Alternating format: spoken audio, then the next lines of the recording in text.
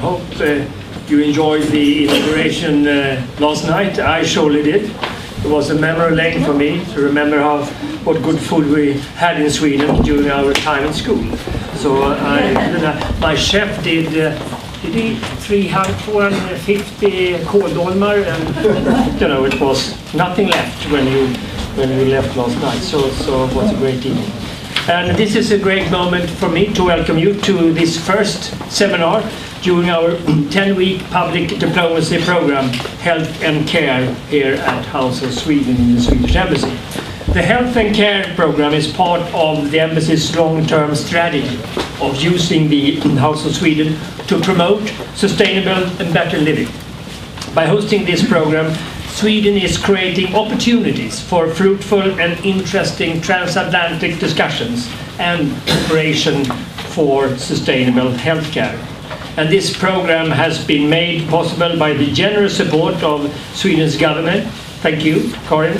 AstraZeneca, Medco, two great Swedish companies, and the Bob Osher Pro Svezia Foundation on the east coast of this great country. The quest for a long, healthy life is common around the globe. Healthcare issues are high on the agenda in most countries. And how can we create a sustainable healthcare system that is both cost-effective and capable of handling future challenges? Today, we will focus on one way to make our healthcare system safer, more efficient, and cost-effective by making better use of information and communication technology to meet the needs of health professionals, society, and us as patients. During the session today, you will meet experts from the United States, Sweden, and Europe. Before I hand over to Sweden's Deputy Minister of Health and Social Affairs, Mrs. Karin Johansson, I would like to especially thank our American partner, Information Technology and Innovation Foundation, Rob Atkinson, who will be our moderator today, and all our distinguished guests. So, Deputy Minister, the floor is yours. Thank you.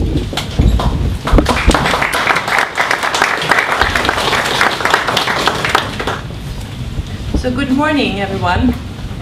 It's a real privilege to be here today and have some support from the technicians here.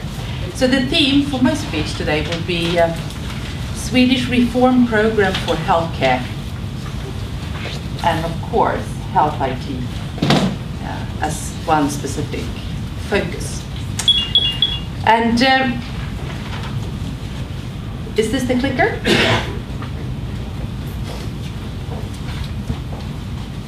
So it works. Great. So before I do, I want to describe, or in a way tell you a little bit more about the Swedish healthcare system. So we have some what we call key features for the Swedish healthcare system. It's the universal coverage. It's needs-based. Of course, a healthcare that is provided on equal terms according to the needs, instead of how the wallet looks. And it's predominantly publicly financed via 3 independent government levels. About 80 to 85% of the total healthcare cost is covered by public means. And I do think we could say that we have a pretty cost-effective healthcare system. We use approximately 9% of GDP for our healthcare service. And that is compared to many of the other European countries in line with what they have. Of course, we have countries in Europe that use more money than we on their healthcare system. And you have a different situation in your country as well, we know that, for sure. Another way to describe, or another term to, in a way, show what the Swedish healthcare system stands for is what we call the curiosity. Of course, we have care provided to all. In a way, it's a generous system, and it's full of curiosity. So that's why we call it curiosity. If we then look at the three different government levels responsible for healthcare, providing healthcare in Sweden, it's the local authorities. We have 290 of them. They are mainly responsible for elderly care and for support to disabled people. We have the regional county councils, and they are 21, and they are the ones mainly responsible for health care. And then we have the national level. We are, of course, responsible for the legislation. We are responsible for supervision, evaluation, follow-up, and in some way we finance part of the healthcare system. So, for example, we cover the cost for pharmaceuticals.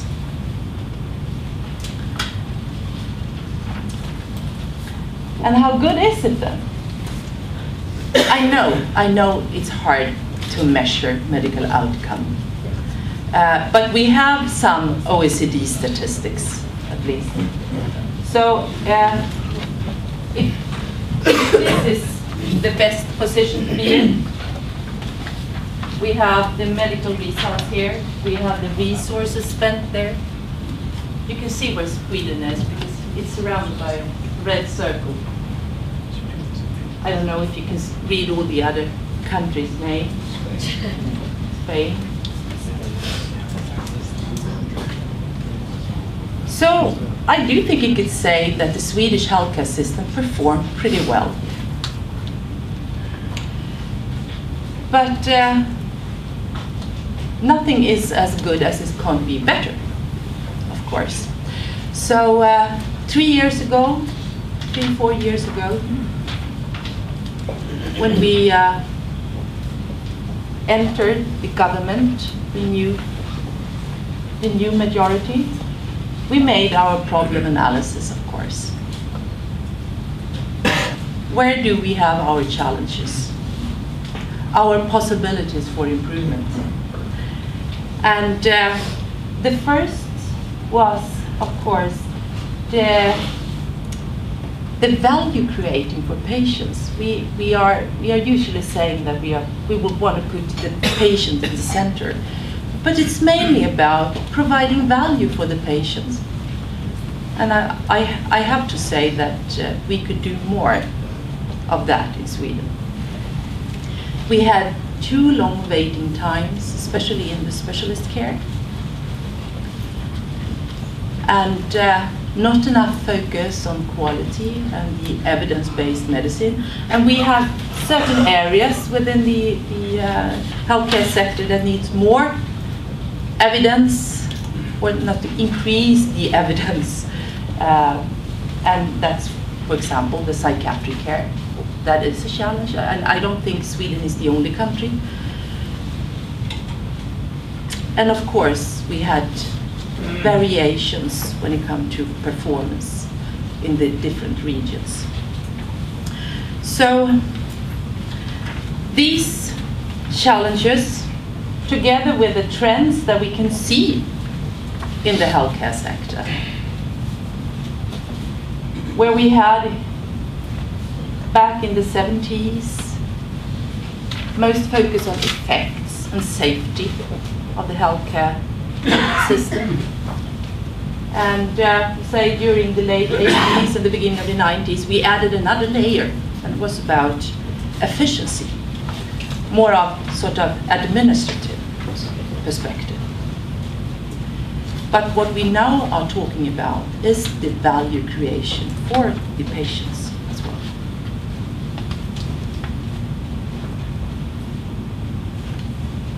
What did we then do?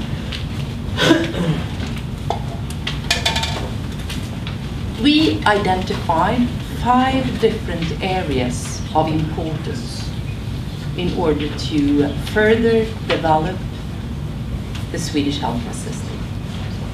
The first of all was, of course, to increase the accessibility among a variety of providers. The other one, ensure that the health care that is delivered are evidence-based. Include the patient in a more active way. Open and transparent, compare the outcome in the public sector, in the healthcare sector. And then, of course, systematically improve the healthcare system. Take care of all the experience that we got from this, in a way, innovation circle or cycle. So what have we done? If you look at the first area, we have deregulated the pharmacists. I don't know if you know, but Sweden had a monopolist. It was a state-owned company. And if we compare the accessibility to other countries, we could see that it wasn't that easy to get the medicines that you really needed. So we have opened up the market. Of course, we still have regulations around it. So it's more of a re-regulation than a deregulation. But what we can see now is that we have availability and accessibility to the pharmaceuticals in a completely different way. Another area that we focused on was the primary care sector. It is now possible for a private provider to establish their practice. That wasn't allowed in the past. As long as you deliver a certain level of quality, of course. But then you have sort of put a voucher on every citizen, and you can choose where you want to spend the money. So what we have seen now is a substantial increase of primary care sector. And in order to build a sustainable healthcare system, we definitely need to have more focus on the primary care. It's the cheapest part of the healthcare chain. Instead of having people at the acute care or emergency care. So, in a way you can say that you can look at tendencies. Sweden comes from a situation where we have everything is more or less publicly funded and publicly provided. And we are moving towards still, of course, public funding, but more of public provider or private providers. So in a way you could say that we sort of move towards the same direction in our two countries, even though from completely different positions, but still in a way.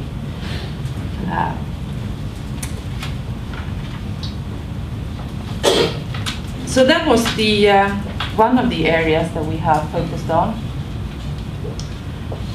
Look at this slide again. We have the fourth area, the open and transparent comparisons. That is really something that we have focused on. And today we have waiting time data. That actually covers more or less 100% of all the healthcare provided in Sweden today. And that was not the situation in the past. And in order to do that available, we have succeeded in shortening the waiting times for the specialist care. We have, of course, data on medical outcomes. And for the first time, we have patient satisfaction surveys covering the whole healthcare sector as well. So we have invested a lot in that area. And it's really interesting to see what the physicians really think drives change. I don't know if you can see, the black words here.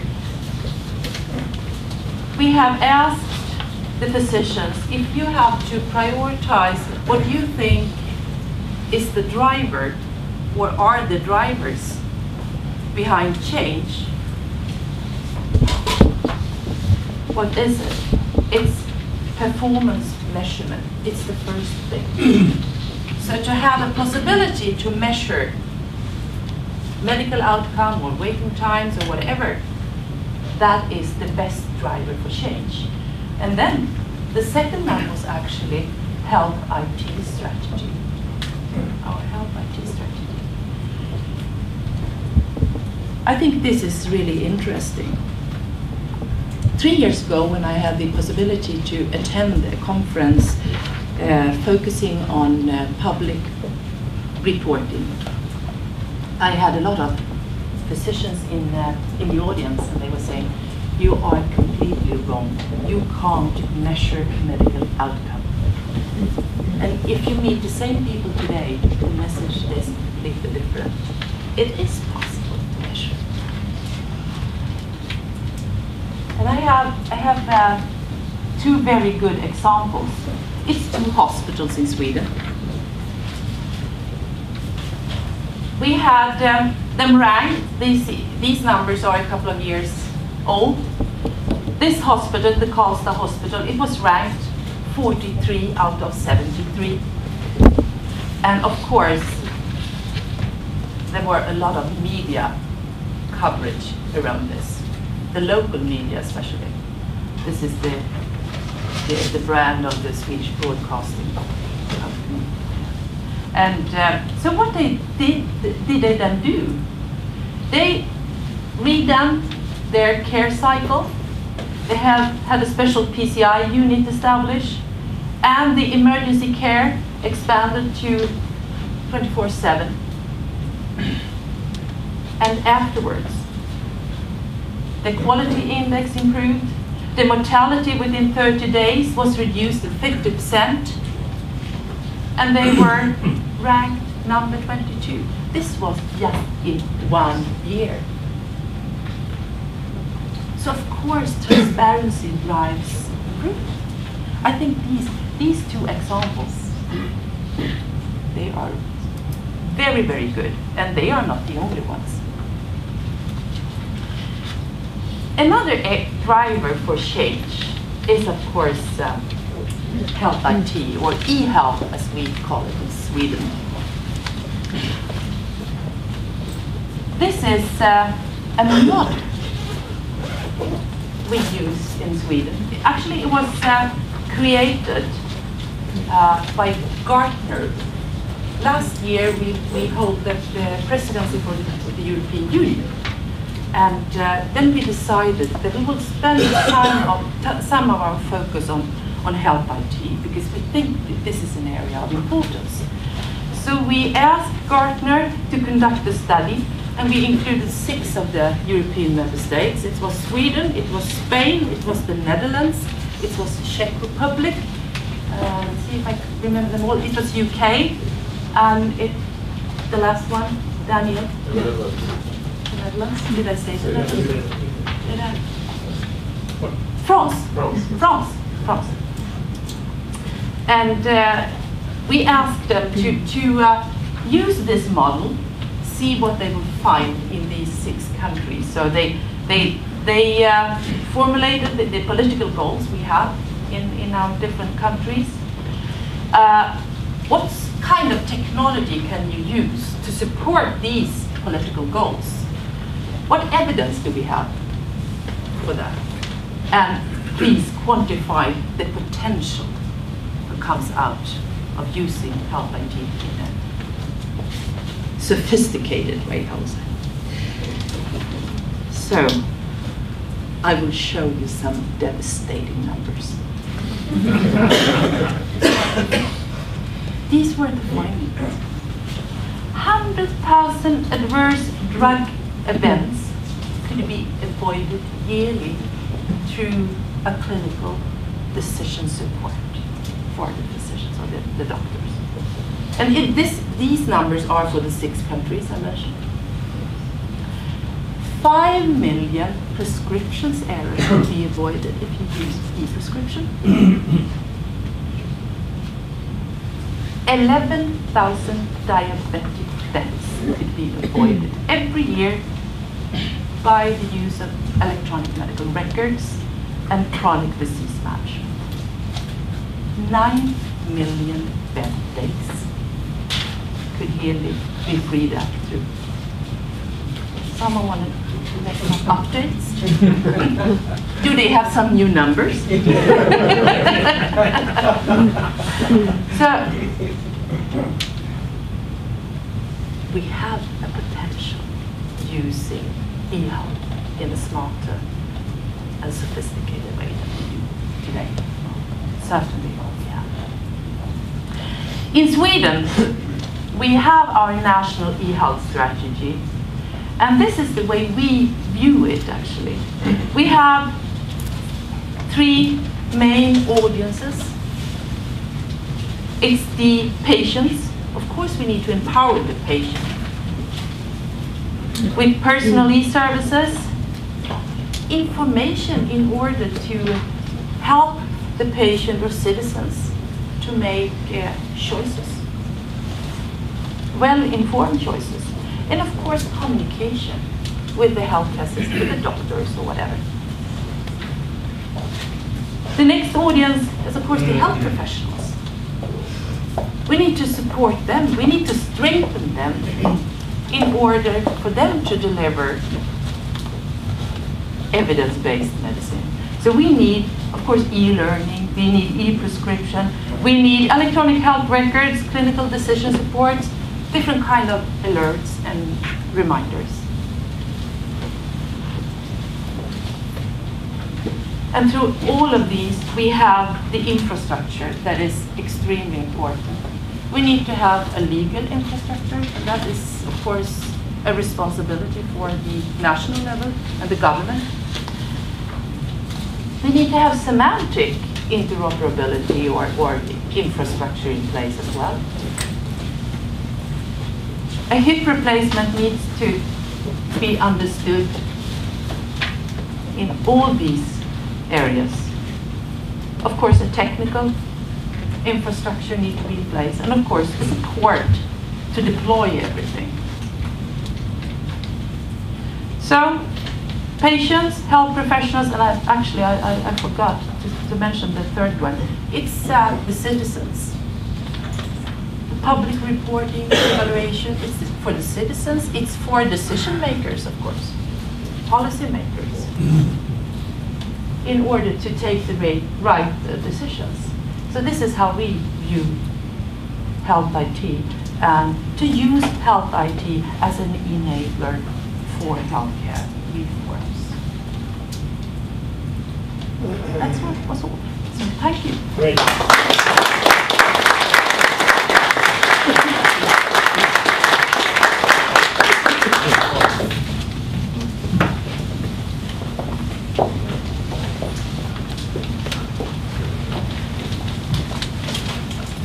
Good morning, everyone. I'm Melinda Bucas-Bunton, the economist for the Office of the National Coordinator for Health IT at the U.S. Department of Health and Human Services. And I had the pleasure of enjoying the hospitality of the House of Sweden last week, and the food, as you said, Mr. Ambassador, was excellent. But what a difference a week makes. So I will start with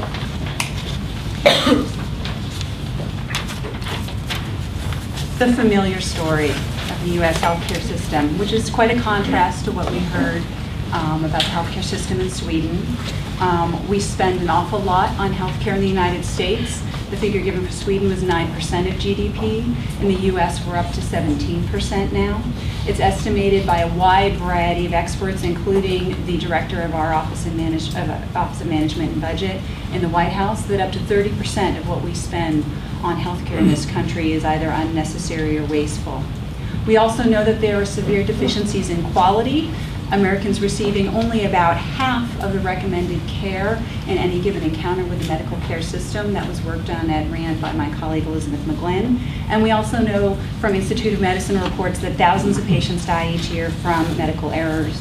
We also know that until earlier this week, we were leaving 46 million of our fellow citizens uninsured and many more underinsured. So a little over a year ago, a step was taken towards putting a focus and a significant investment into health IT as a way to start to attack this problem. The HITECH Act was passed as part of the American Recovery and Reinvestment Act of 2009, what's commonly known as the stimulus bill. And it had a number of goals which my office and the office of Dr. Friedman, you'll hear from momentarily, at HHS are working on. We were charged with defining the meaningful use of health information technology. And I'll tell you more about what that means, but it's going to seem very similar to some of the same concepts you just heard about how we use health IT to improve care. We were also given funds to support providers achieving meaningful use, but we're starting from a very different place in the United States than we were starting in Sweden. I'll tell you some figures for adoption of health IT in the United States, and we're actually starting from a much lower point. We were also charged with establishing public trust. We don't have a culture in this country of a lot of trust in public entities. And when you're dealing with very private and personal information like health information, that's an important part of our mission to build an IT infrastructure is to build trust in that infrastructure. And then finally, we were charged with fostering innovation in the health IT field.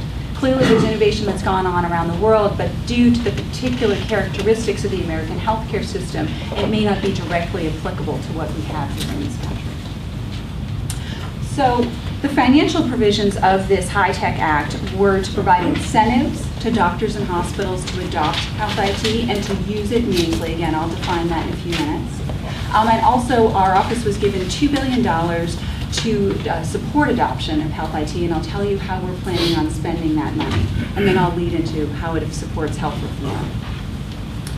So this schematic is drawn from an article written by my boss, Dr. David Blumenthal, the National Coordinator for Health Information Technology. This was published in the New England Journal of Medicine just a couple of months ago.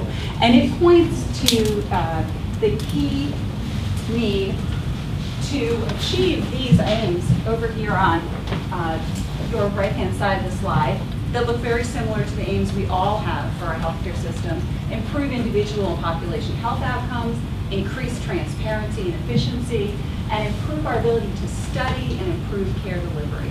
So how do we in this country need to get there? We need to move to the meaningful use of EHRs. Again, I'll define this, and it would be very interesting to know how we're defining and conceptualizing meaningful use and how it aligns with what's going on in the rest of the world. And that's going to require both the adoption of electronic health records and the exchange of health information between records. Again, this may seem very basic to people from Europe, but in this country, it's really not happening now. And so we have a number of programs that we're setting up. Funding announcements are coming out monthly, it seems, from our office about, for example, our regional extension centers.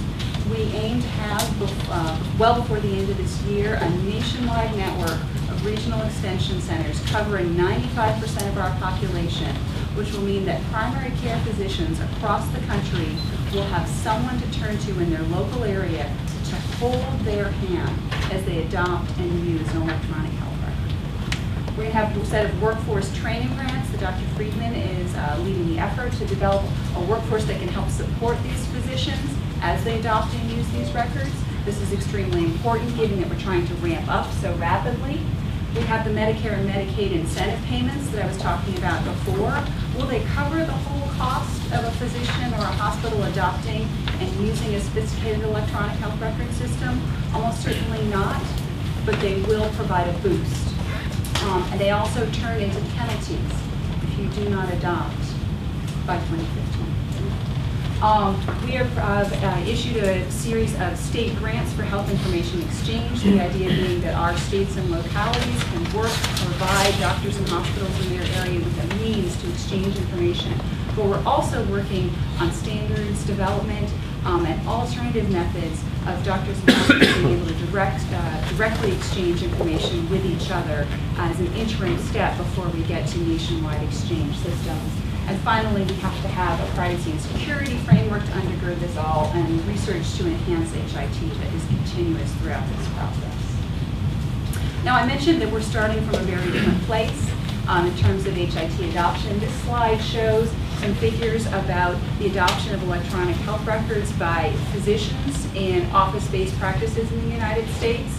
The number at the top might look kind of encouraging. Almost half of physicians reporting they have some kind of system. But really, this is a system that's primarily going to be used for billing, because that's the orientation to date of the United States healthcare system. A basic system is one that really includes some very basic functionalities that might get at the ability of a physician to use that record to improve patient care in some way.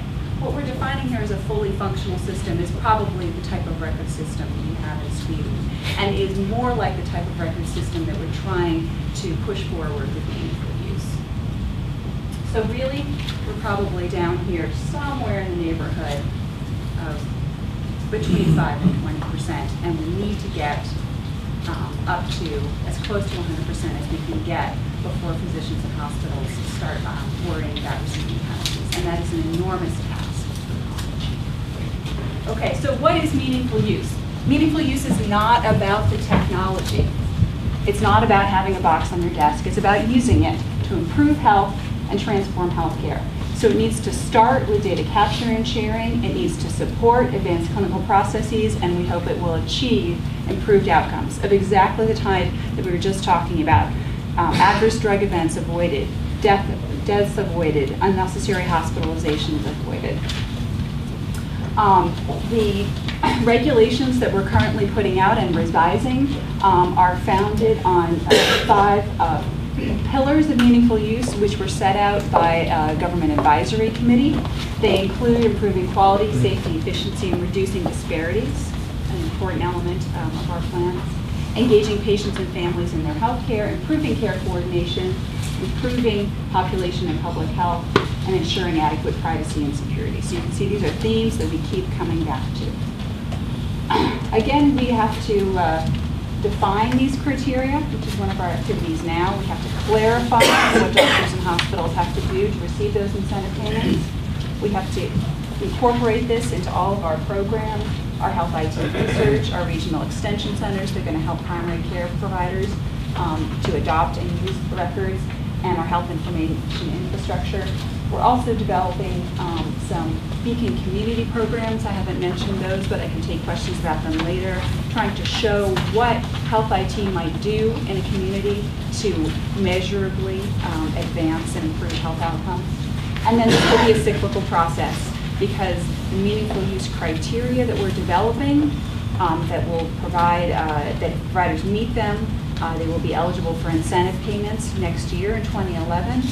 We will be raising the bar again in 2013, setting new and higher standards for physicians and hospitals to achieve, to yet increase the yields that we're getting from the use of health IT, and then again in 2015 and possibly beyond that, so that we are continually pushing on the IT infrastructure to support our population health goals.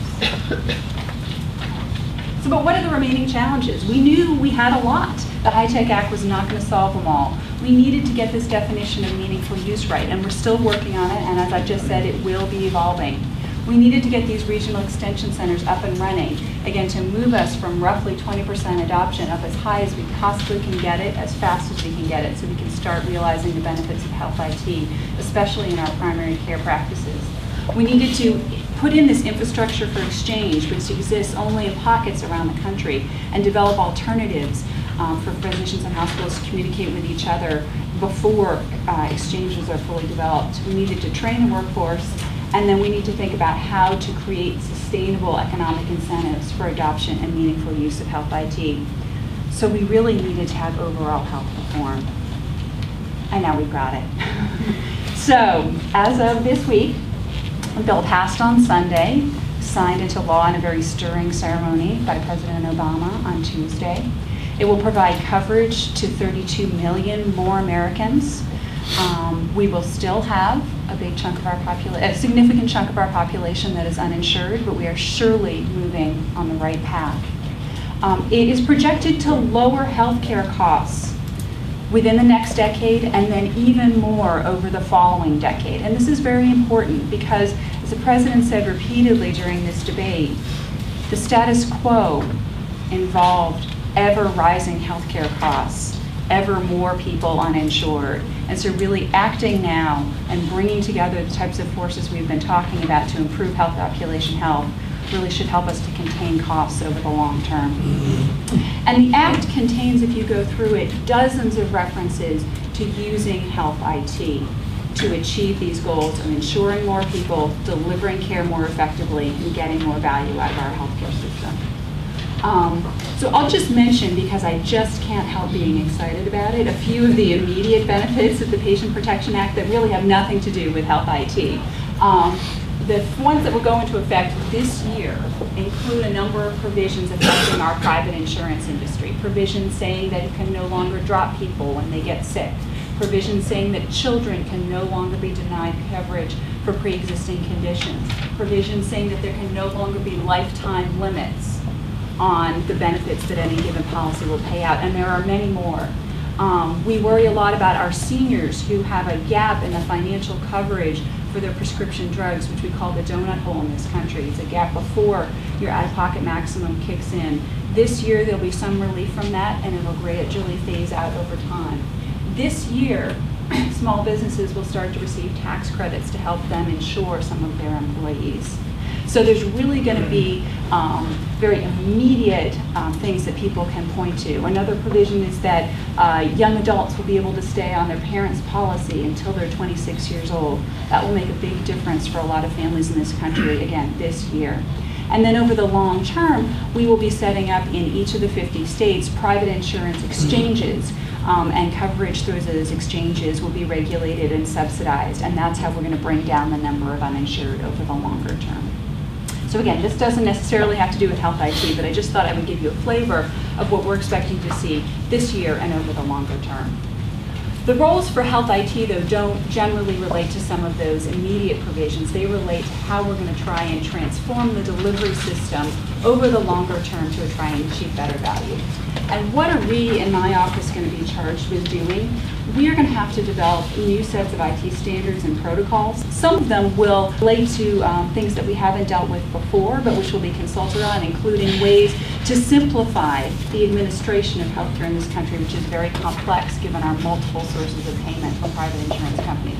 Simplify enrollment and administration, and that will be happening soon. There will also be standards and protocols developed around the use of health IT for care improvement programs, and we expect to be involved with supporting the quality improvement agenda in general. There's going to be a national group that my boss will be sitting on, charged with developing a new strategy for improving healthcare quality in this country. It's charged with coming up with a report by the 1st of next year, and we think that that will be foundational. We also are involved with accelerating data collection and reporting around public health, population health, and disparities. The office will be developing standards for the collection and collation of these data, and we hope that our IT infrastructure will allow us to do many more things with our data than we currently can. This is an initiative that we'd already started and are going to be pursuing vigorously under health reform. And then finally, there are a lot of provisions in the bill that aim to try and put consumers back more in the center of the picture, facilitating their access to information. And so we hope to be involved with those as well. I skipped quickly here. I think I've mentioned some of these things already. In terms of quality measurement improvement, there are provisions in the bill related to care coordination, a number of different demonstrations and special programs, especially under our Medicare program, which is our program for the elderly and disabled, chronic disease registries, telehealth and remote monitoring. All of these will be tied in closely to our health IT agenda. We're going to be developing new measurement strategies using, new quality measurement strategies using electronic health record data. And we hope to be tying these, again, to payment reform and to incentive alignment. We are still an extremely market-based and competition-based country. Our healthcare system will still have a focus on that, but we need to make sure that payments are aligned with delivering value. And right now, we pay our doctors and hospitals more for doing more, not more for doing better. and we need to use our IT infrastructure to collect the data to appropriately set up payment mechanisms that enhance the value we're getting from the system, especially now that we, the American public, will be supporting more and more people through public sector programs and subsidized programs. So this is the way that the Office of the National Coordinator has been thinking about health IT since long before health reform passed.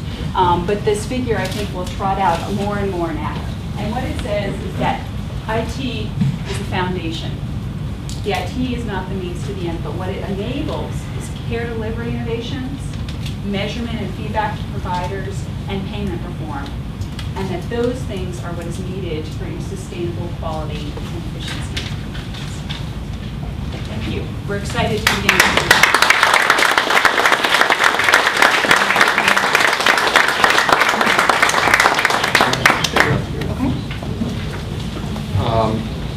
Maybe we could move the chairs. I don't know if I could ask the secretary to come on up too. We'll have a little bit of time for some Q&A. So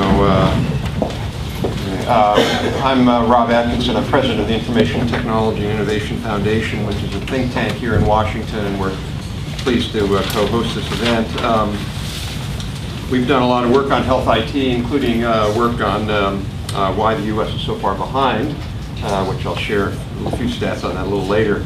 But I think what we'll do is we have about 20 minutes left for some discussion with our two speakers here.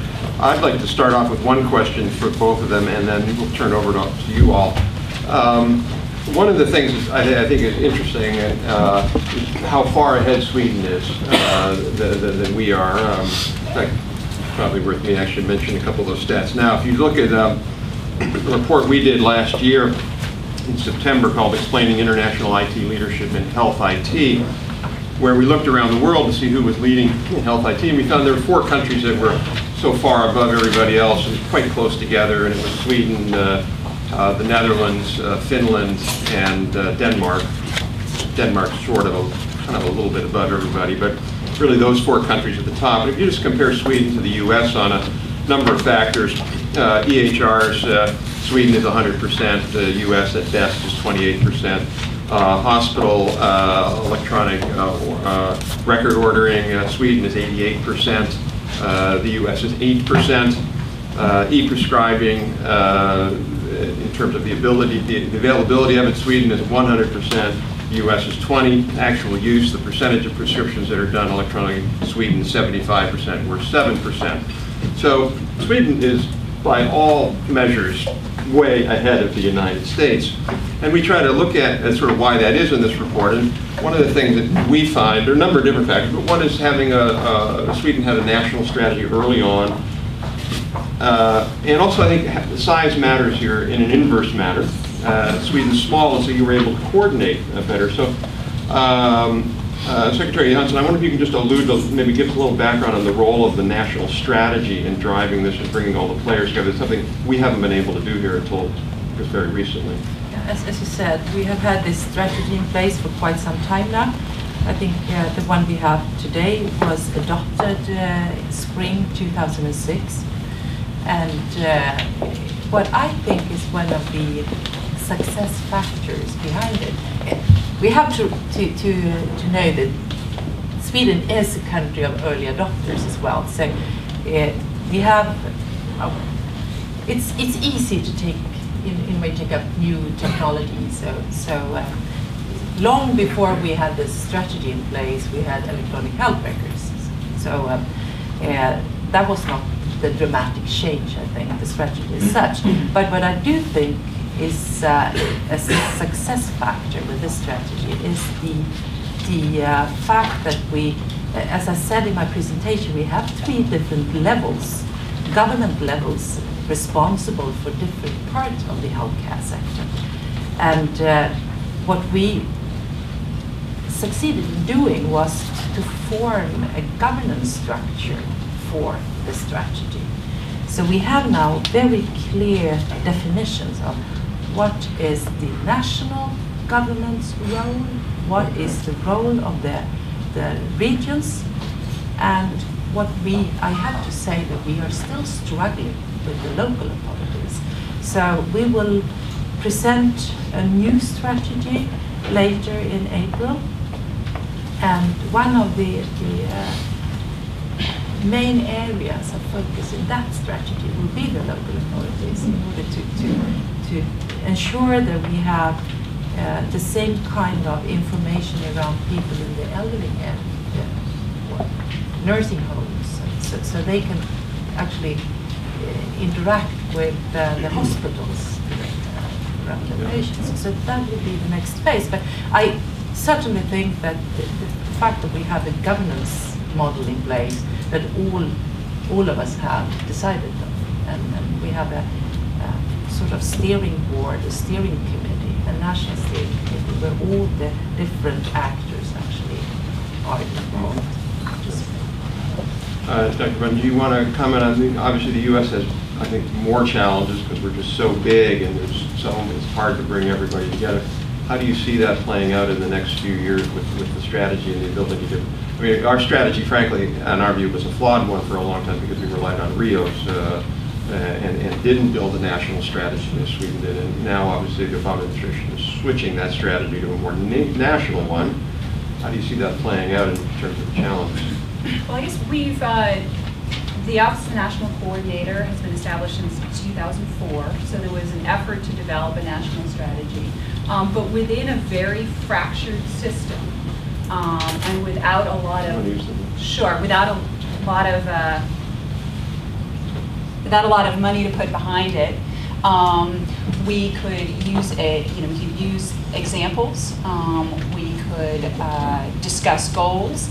We could try to get people on the same page. But and I think successes were achieved. But now we have the chance to move forward dramatically, given that we have new funding and new presidential directive around it. I do think that we still have a very large challenge, which is that within our system, each and every doctor and hospital has to decide whether the investment that they're going to make in HIT is going to pay off for them.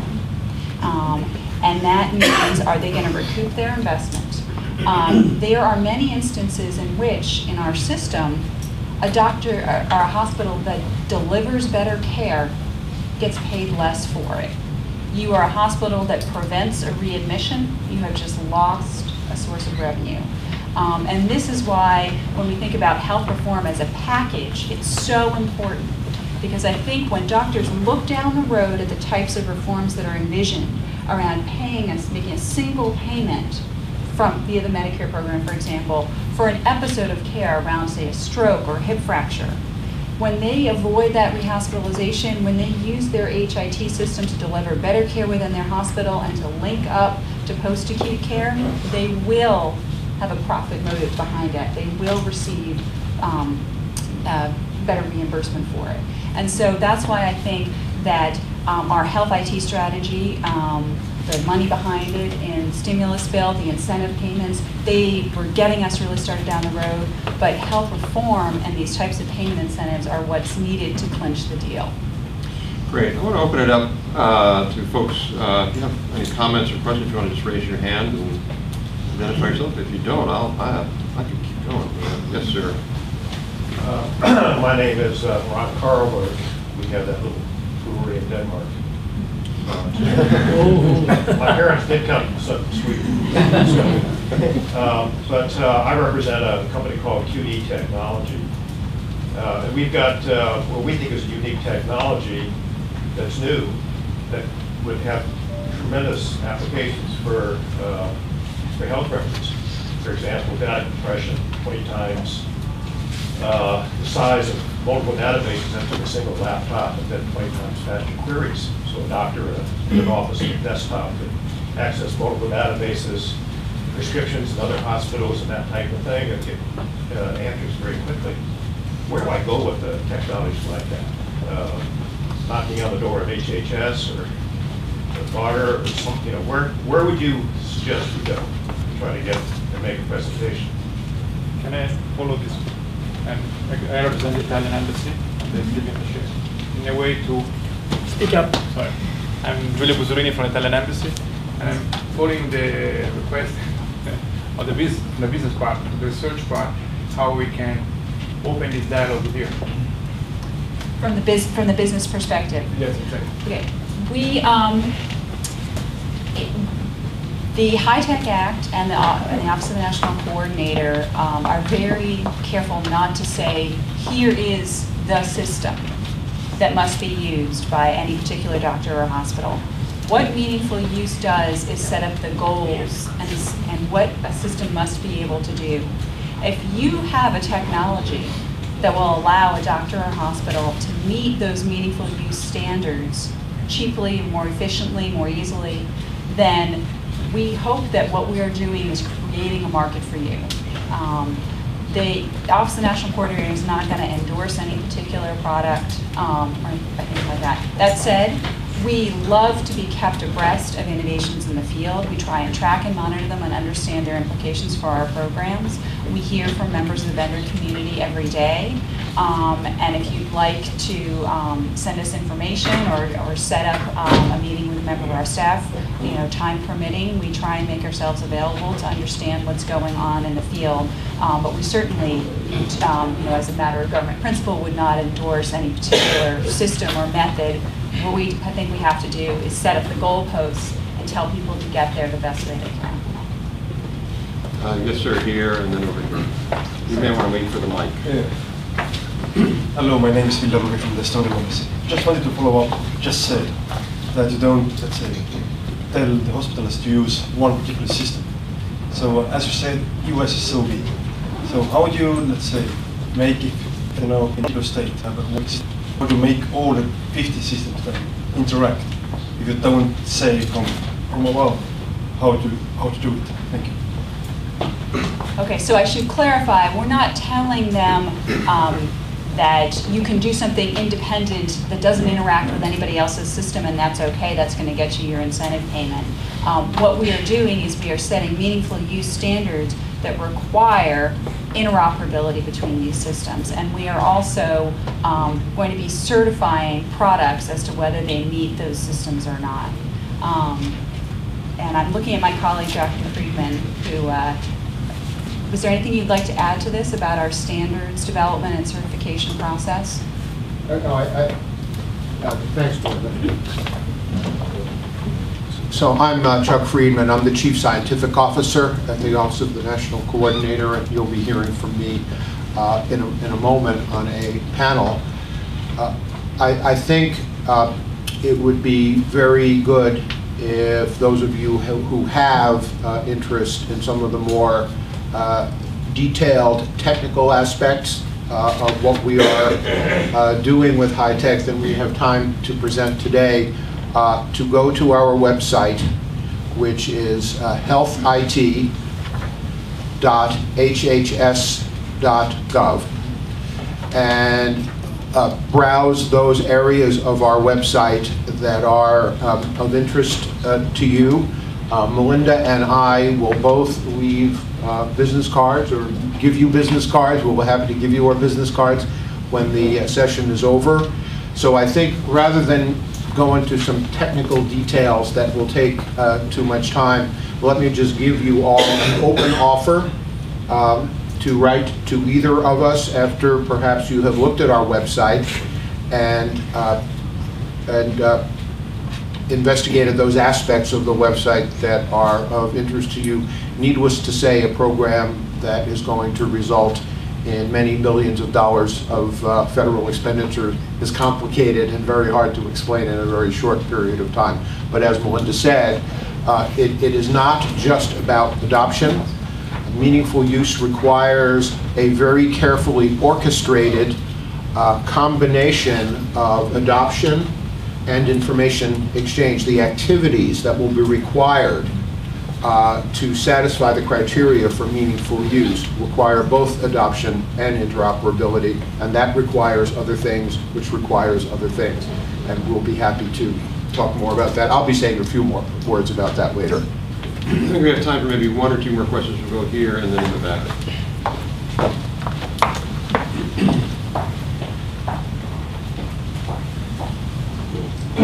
Hello, my name is Ted Gotch. I'm a reporter with Telecommunications Reports, which is a telecommunications trade publication. I was wondering, specifically to Dr. Button, a question obviously whether it was thought that this effort to ramp up health IT, whether there are hindrances that exist that maybe are outside the area that can be controlled by you, i.e. what I'm speaking to specifically is maybe the lack of broadband connectivity in major parts of this country, especially more rural areas, and if that was something that you all had identified as a potential hindrance to ramp up the U.S. health IT effort. Yeah, thanks for the question. It's a good one. There are a number of barriers that we have identified that are hindrance to our efforts. They span policy, legal, technical ones like you suggest. We're working on many, many fronts with a limited staff, but one of our initiatives is to collaborate with our federal partners on the broadband initiative. And we are trying our best to coordinate with them on a number of fronts with making sure, especially as you know, that doctors and hospitals in rural areas can achieve meaningful use and information exchange and have the technical resources to do so. And there, yes, and this should be as part of the FCC broadband effort. I think you should check out the FCC broadband report that came out just. I think he's actually probably read every page of it. Okay. Go back here and then Ambassador. Okay, I think I can do this without the mic. My name is Urban Landberg. I'm the president of Swedish Medical Chamber of Commerce USA. To answer the question from my friend from Denmark here, Swedish American Chamber have today 1,200 companies that are spread over 36 states. And we love to do business between Sweden and the US. We have today at least 6 different initiatives on high-tech medical technology transfer coming from Sweden to the US.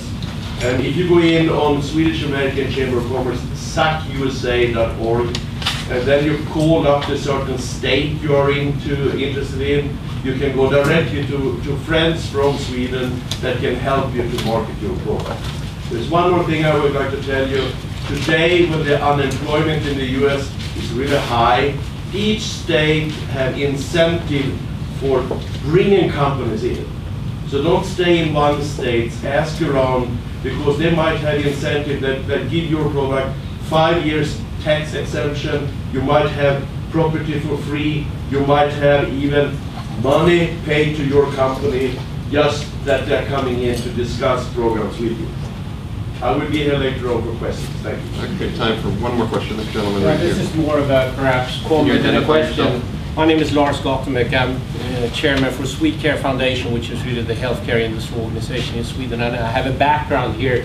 So, despite of that, Deputy Minister Johansson has described the situation very well. My background is that I owned the largest healthcare IT or EMR company in Scandinavia for 5-6 years during this period. And I mean, the history and the success is very much based upon, you could say, private-public partnerships. We built the system, as Deputy Minister Johansson said. I mean, this was started during the 80s, and it was a very clear, strict national guidelines, but a decentralized approach. There were about 4 or 5 companies that really, could say, EMR companies, that then dominated the market and built it more as projects together with the public healthcare providers during approximately 10 years. Doing that and then adding on e-prescriptions and then developing the market, going from GPs to hospitals really, because it's easier to do the GP part than the hospital part. So it's very much private-public partnership, national clear guidelines and support, because it's, of course, I mean, it's a lot of investments early on, but also a decentralized approach. And another factor, and I think the Danish success, and the reason for that is that they linked it to the financial, to the reimbursement or payment system. So it was almost necessary for Danish GPs to belong and be a part of the system to get paid. So you need to push. You can't just, because there are, I mean, a lot of investments early on, but you can push, you need to have then the national support to see to that it's worthwhile to do the investments. And then, of course, as a provider, you could say, being the market leader, the reason for our success was based upon to simplify the product, really, to make the first step, the investment, the education process, to get people on board. That's not so easy. We have to do it to simplify it, not perhaps just an electronic paper record system, but something that looks a bit like that, to make people to at least think that this is possible. But when you've done the investment, you really can capture a lot of money. I mean, then it's really well worth the investment. That is more the commercial perspective. Great. Well, I think, given that we need to move on to the next panel, please join me in thanking two great presenters.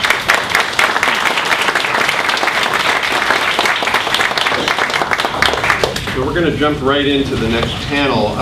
What I'm going to do is first introduce the four presenters. They will each come up individually for very, very, very, very brief remarks. Because we're actually going to then have chairs, and we will have I think, hopefully interesting dialogue. We will take it in the order on the agenda. We'll start with Dr. Charles Friedman. We've already heard a bit from him. He's the Chief Scientific Officer in the Office of the National Coordinator for HIT in HHS here in the U.S. Before that, was Deputy National Coordinator of the office, and was the lead author of the National Health IT Strategic Plan in June of '08. Has a background in a number of different areas. Was Associate Director of National Heart and Lung and Blood Institute at NIH. And we both have PhDs from UNC Chapel Hill, so that's probably the most important thing to know. Although our basketball team is doing very well, Duke appears like they are. Next will be Dr. Letra Ranchi, who is the Senior Policy Analyst for the OECD. And she has spent 4 years working on a project here geared to understanding the drivers and barriers to the adoption of health IT all around the OECD nations. So I think it brings a valuable perspective of what's happening in other countries. Has a PhD in genetics and neurology from Rochester Institute in New York, Rochester University. Sorry, Rockefeller. I was just up at Rochester last 2 weeks ago, so I'm like R's in New York. Next, we'll hear from Daniel Forslund, who is the head of section of e-health policy in Sweden's Ministry of Health and Social Affairs. He holds a master's degree in political science and has been responsible for the process of developing and establishing Sweden's first national strategy for e-health that we heard a little bit about from before. And lastly, we'll hear from Mr. Anders Olafsson, who is the president of the European Patients Forum. He'll describe a little bit about that, but it's a pan-European organization of patient advocacy organizations, and it was founded in 2003 to be the collective voice of patients in Europe. So with that, we'll start with Dr. Friedman.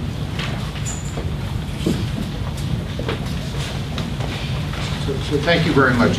It's a pleasure to be here. And I'm actually going to show you just a few slides from a presentation I gave last week at the European Health IT meeting in Barcelona. In many ways, I'm kind of the bridge between Minister Johansson and my colleague, Dr. Button, because I could talk a little bit about EU-US cooperation. So I will connect the two of you. And I also want to remark, now that I know that my good friend and colleague Daniel Forsman has a degree in political science, that's probably the best thing to study to work in this field, I have learned. So I want to skip through some things. You've seen this slide already. Just by way of connecting the two sides of the Atlantic here, we were very privileged to be asked by the government of France in connection with their presidency of the European Union in late 2008 to work with them to plan a conference on EU-US collaboration and common issues in e-health, ICT, health IT. Those are the same terms. And the major outcome of that meeting was that on both sides of the Atlantic, almost independent of the progress the different nations have made, and I think you heard from Minister Johansson that despite the great progress Sweden has made, there is work to be done. We're all wrestling with the same issues, maybe in slightly different ways. So there is a great deal of benefit to be gained from transatlantic cooperation relating to health IT. And these include, around these multiple areas of common interest, mutual learning, potential sharing of technology, and best practices. I think there are business opportunities in both directions that are substantial. Comparison of progress. I think we can learn by just understanding where each nation is relative to the others. And then there's also a very important potential to be gained or benefit to be realized through transatlantic and ultimately global secure data mobility. Public health obviously can benefit from this. Diseases do not know borders, as we learned from the SARS epidemic. And clinical research is already a profoundly international activity. So those are just two of the areas where global or transatlantic data mobility could be beneficial. And finally, I think we've all concluded that we need collaborations that scale, where we can, with focused effort in one place, realize benefits that affect all nations in many respects. I'm also going to show this slide, which will help elaborate, I believe, the questions that were asked at the end of Dr. Button's talk. This is a slide that shows the different stages of meaningful use, but there's different language under them. And this shows at each stage of meaningful use the 2011 stage 1, for which there's a proposed rule now that has been made public and has just completed a 60-day comment period. It's 520 pages of excellent reading. I highly recommend it. What you see there under stage 1 are the actual activities that require interoperability and data exchange that will be required to satisfy the criteria to be a meaningful user by this first lowest level of requirement. 2011 in the US, meaningful use is going to require e-prescribing, which requires data mobility, of course. It's going to require that results be sent from labs directly into providers' electronic health record. This assumes the final rule resembles the proposed rule, but it's a pretty good guess. The proposed rule is the best guess, of course, that we can make of what the final rule will look like. Physicians' EHRs will need to be able to send a clinical summary record, both to other providers and to the patient, him or herself, part of that pillar of engaging patients. Public reporting of diseases that must be reported to public health agencies will be reported electronically, not with faxes or hand delivery or other mechanisms such as is the case now. And by 2012, there will have to be direct electronic reporting of quality measures. In stage 2, the 2013 proposed by an advisory committee criteria, you see more ambitious interoperability requirements, and in 2015 you see less specific but even more ambitious proposed interoperability requirements. I just want to point out that 2 of these stage 1 interoperability and data exchange scenarios align perfectly with the key functions, as I understand them, to be carried out initially through the EPSOS project, European Patients Smart Office Open Services, which is a European Union project based in Stockholm, and in which we have great interest as one of these potential very rich areas of collaboration, because if we can align as much as possible and as quickly as possible with EPSOS the mechanisms and standards used for e-prescribing and also for summary record exchange, we will have created a transatlantic standard and maybe even de facto a global standard. So I showed you this slide for two reasons, to both elaborate on Dr. Button's illustration of meaningful use and give you a clearer sense of how interoperability is required, and also to show you this wonderful, I think, opportunity at this point of connection we have between what we are doing in the US and EPSOS. So we are very much hoping through EPSOS and other areas in which we are interacting with the European Commission, with various European countries, and certainly including Sweden, and very, very prominently including Sweden, and the OECD. You'll hear from Dr. Ronke in a moment, to take what has been very fruitful discussions into very fruitful actions. Thank you very much.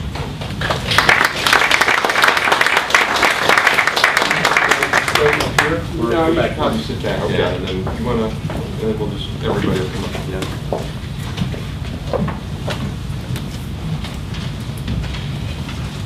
Thank you very much, and I would like to thank the Swedish Embassy and the Swedish Ministry of Health for having invited the OECD at this important time here in the United States and this debate, which is an important debate for many OECD countries.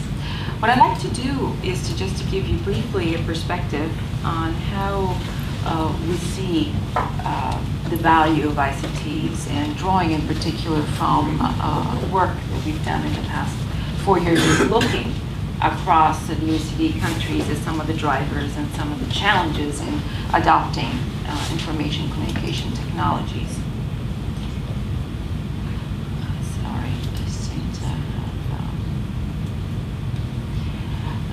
What I'd like to do is just refer to some of the remarks made by the preceding speakers on what are the drivers, that is, the mounting pressures on our health systems. What we've heard is the significant expenditure that is going into our health systems right now. It's about 9% of GDP on average. In the United States is up to 16.5%. And what we've not heard, though, is that this expenditure has rapidly grown since 1970, growing up from 5% in 1970, and it is actually rising faster than our economies. So there are big questions for all OECD countries on how to sustain this expenditure and how to make the health care systems affordable and responsive at the same time without losing out on access and equity. Now, the question is this high spending a problem? Not if the benefits exceed the costs, but are we really getting value for money? And what we've heard is that there are great margins for improving the efficiencies of all of our healthcare systems. And there are areas which could be targeted effectively by information communication technologies and could be targeted effectively for change. And one of these areas is clearly chronic diseases, which are increasing rapidly across all OECD countries. What we see here is data that the OECD collects regularly in collaboration with the World Health Organization. Health at a Glance is a publication that the OECD produces every 2 years. And we see how, in this case, diabetes is now representing one of the major burdens to all of our societies. We have about, on average, 6% of our populations with diabetes, with really pockets of populations that suffer significantly, with a burden of cumulative burden of about 83 million across the OECD dollars across the OECD area, and 83 million people across the OECD area and about 220 billion spent to deal with this disease. So it is it's no wonder that countries are looking with preoccupation to these trends and are trying to find solutions that involve and include new strategies, and information communication technologies provide these possible new strategies. We've heard very good reports of progress in Sweden. We've heard also from Chuck Friedman and our moderator, how some countries are leading the efforts. But in fact, we know and we've seen that this is being a particularly difficult path and a particularly difficult road for all OECD countries. Efforts have started in the early 80s. In Sweden, a lot of the momentum started in the 80s with very early computerization of physicians. What we're seeing is that adoption is very good, but there is still a gap between adoption and use of these systems. And there are frameworks, and particularly privacy frameworks, that are inhibiting the full use of many of the systems. And so what we've looked at is in trying to, across 6 OECD countries, understand what role there was for public policy in accelerating and particularly in steering productive and good use of ICTs. And what what I have here listed are 4 areas where there is a significant role for governments. And we've heard one area which has been targeted in the United States, but is being targeted in many other countries, and it is to improve the incentive environment, that is payment schemes and the way the physicians are remunerated and the payment arrangements. They can have a significant leverage in adoption.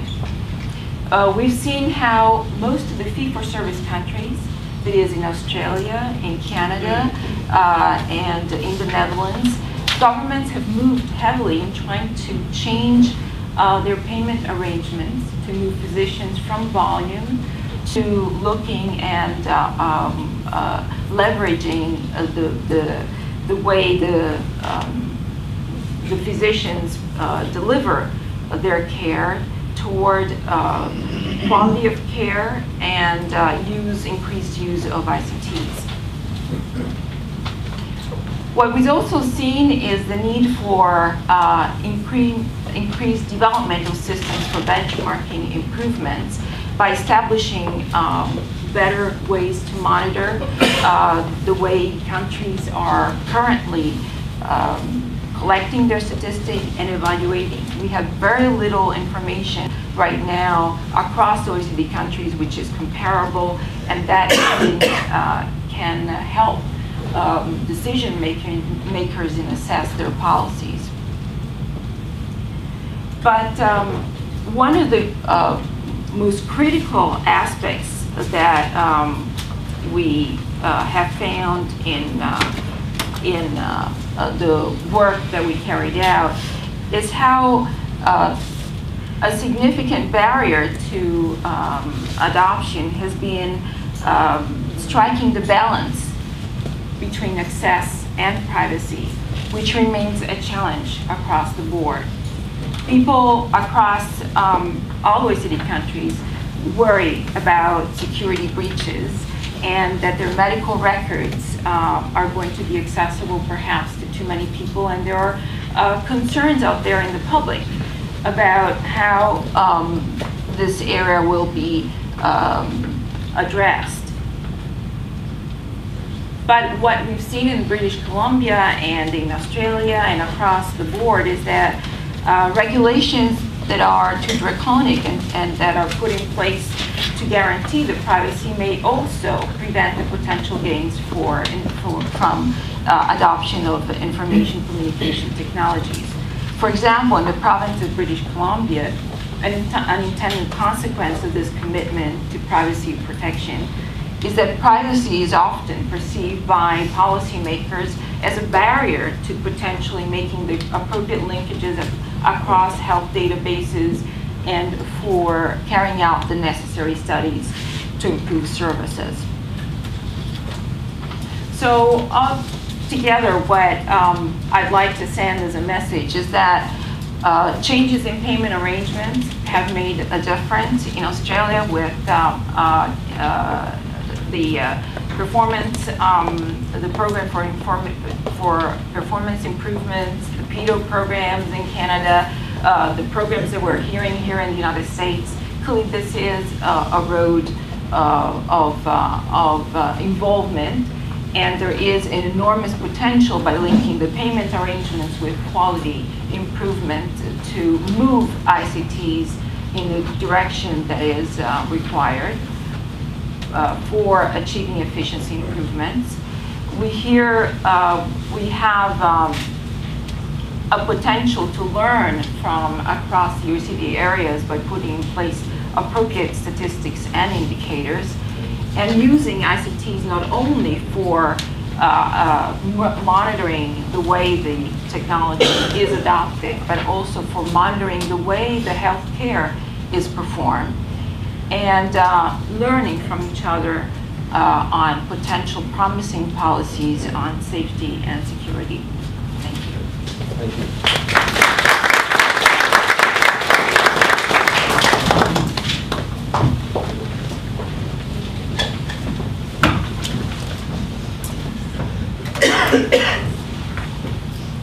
So, good morning everybody.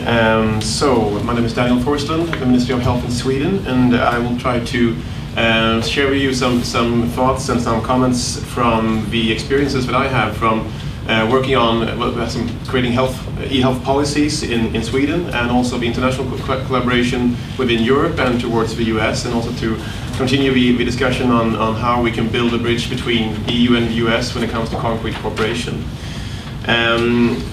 Because listening, and I will spare you from some slides, you can rest your eyes on me or some other person for a while. Discussing healthcare reform process, I think listening to the speakers here, I think it's obvious that we do need new tools for providing the best possible healthcare to our citizens, to our patients, and also to meet the requirements from health professionals to have the tools for handling information in a safe and an efficient manner. But it's not only the tools that you need, the technical tools. It's about changing the way we are thinking and the way we are handling information in healthcare. So I think looking at Sweden's high rate of adoption of technology, that is really, well, that's something to be proud of, but, well, technology adoption is not everything. And that puts also the pressure for us from the national administrations to really work with governance of this issue, to really describe health IT, or e-health as we say in Europe, to describe health IT in a new and more value-based way. We have to really see the benefits for the patients, for the individual health professionals. And that's why I think national administrations, the ministries, the authorities must have a strong role in this work. Because it's not only to ensure technology adoption, it's about ensuring the use and the meaningful use of technology that's in focus here. Otherwise, we will never be able to realize the potential that health IT solutions and services can provide us. So, just continuing also what Karin Johansson told you about the governance model in Sweden, I think that is something that we can learn from all of us, and how to create this commitment from all the stakeholders and the key actors in our healthcare sector in order to reach this high adoption and commitment from the sector.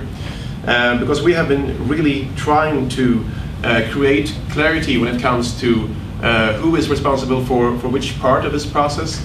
Is it the national level? Is it the regional level? We have also been very keen on involving the stakeholders in this work to really ensure that our investments in health IT is reflecting the needs from health professionals, that we meet the requirements from patients. And that is not very easy. It's much easier if I write my strategy in my office in the ministry and then everything is fine and done, but that will not ensure the commitment and uptake and broad use of these services. So we have been really trying to also build the business case, so to say, for this process.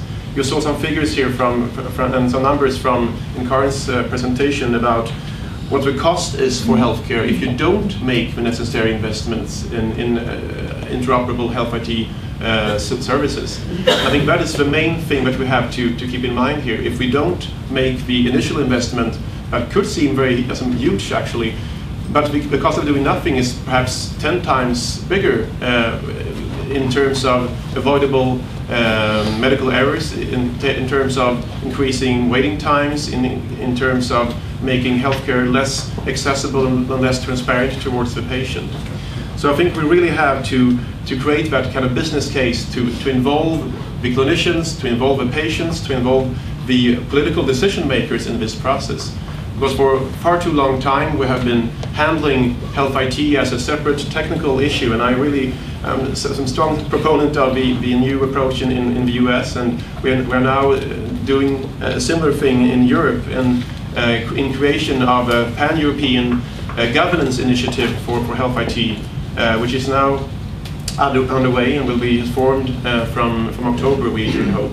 This was an initiative from the Swedish government during the presidency of the European Union last year, and we now have a large number of European countries joining together with the key stakeholders, the European Doctors Association, the European Forum of Patients, the industry organizations on the European level, to really build something that is more stable and long-term when it comes to ensuring the broad commitment and the broad uptake and deployment and use of health IT services.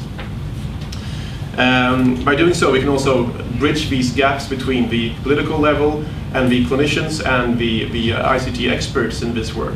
And I think that is something that is crucial if we are also to have a sense of what meaningful use is and how we are going to work on that cross countries.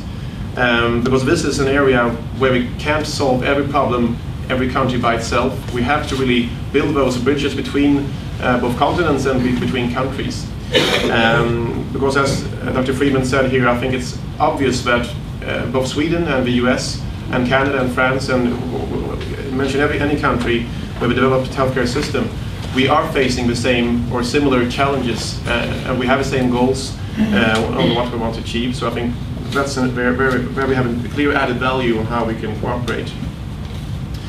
I'm also chairman of a European project called EPSAS, which Chuck mentioned. And there we have, I think, a golden opportunity to build something, a global kind of way of handling these challenges. This is the largest ever European project on healthcare. And EPSAS is really dedicated to deliver hands-on cross-border services for the European patients. This will be visible in your daily life, so it's not only about discussing that we need standards, so we need terminology, so we need legal reforms, but it's really to visualize for our patients that we are starting to deliver something that is really of use when you travel from Stockholm to Paris or to Madrid, to know that the most important parts of your medical record could be available when you travel across countries and cross borders in Europe. And this is also something that we should use as an opportunity to build towards the US, I think, because we are both facing the same problems when it comes to, well, the continuity of care in between care providers and states in the US, similar as to the different countries and member states of the European Union. So I think that's my main conclusion, that we should really use that knowledge and use this opportunity to see that it's not only about ensuring continuity of care and meaningful use within our countries or within our systems. It's also in between our systems, and we have to establish the mutual learning and the formalized learning in between our countries. So thank you very much.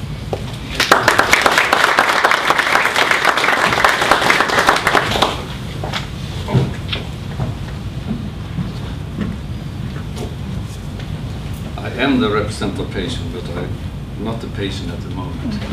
Mr. Ambassador, he's gone. Deputy Health Minister. Ladies and gentlemen, I'm very proud to be here today, in this week in Washington, historic week and historic year and we who outside US think it's absolutely fantastic. We heard also from our sisters organization here in US that they are very pleased in this, and also the healthcare providers and also the professional allies. But first, let me give you some. What's this? It's a microphone or it's a tape recorder? It's yours? Okay. To give you a picture of who we are. It's mine the last 30 minutes now? 28. 28. Okay, I only have 31 slides. I would like to say a few more words what European Patient Forum is. We were created by the European Commission because they wanted, in 2003, they wanted to have one patient organization to work with instead of several hundreds. So they invited all the umbrella organization and created European Patient Forum. And through our members, we really represent the view of 150 million patients and people in Europe. So that's how we are, and I am the president in that organization. What do we think about e-health then? When I listen to and link to the question we have heard, and also listen to what I heard today, e-health is absolutely a priority for European Patient Forum. The European Patient Forum sees huge potential for e-health if it's properly harnessed regarding information to patient, patient-centered disease management, patient healthcare, professional dialogue, personalized healthcare, cross-border mobility, quality and continuity of care, and patient safety. E-health innovation will also help address challenges facing Europe's healthcare system. Rob Atkinson, I'm president of ITIF, and want to welcome you. I was planned to mention these briefly, but I will pass that slide later and you can see where we are engaged in what way. We were very pleased that the Swedish presidency did identify e-health as a priority and put that forward. And we believe that e-health governance involving all the players is here to stay. That is not the question anymore.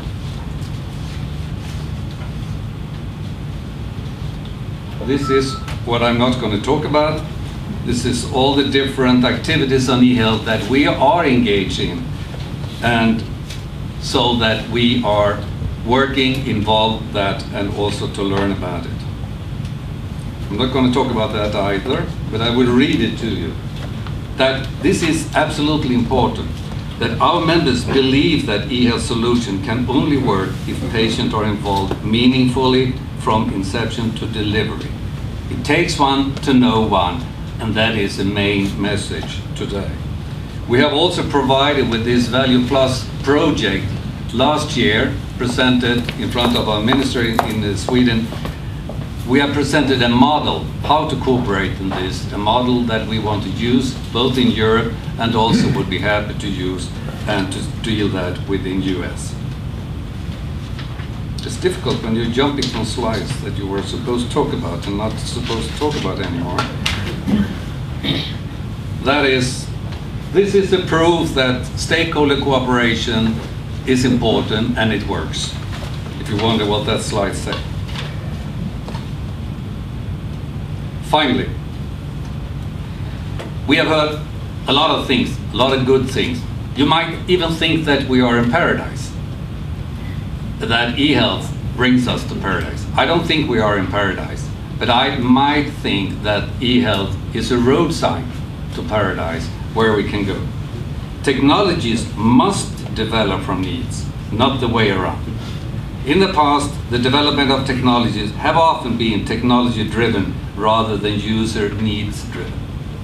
The new approach on user needs and societal challenges adopted by the Commission, expressed also by DG Research and DG INSO, is an important shift that we welcome, which I also feel that this conference is a signal from and about. EPF and other stakeholders should play a strong and resource strategic role in e-health governance, and the same pathway should be followed at member state level. In funding calls for proposals linked to e-health, meaningful patients' involvement should be built into application in the evaluation process. And DG Research, which is the part of the European Commission responsible for research, has adopted that more and more. And I hope that this is the same way in America. I look to you. And when you talk about all these different groups and calls you have, I assume that patient organizations are represented there. And if not, we can help you with that. Quality of life related indicators should be used for evaluation technologies. And last but not least, commitment is needed to promote and ensure e-health literacy.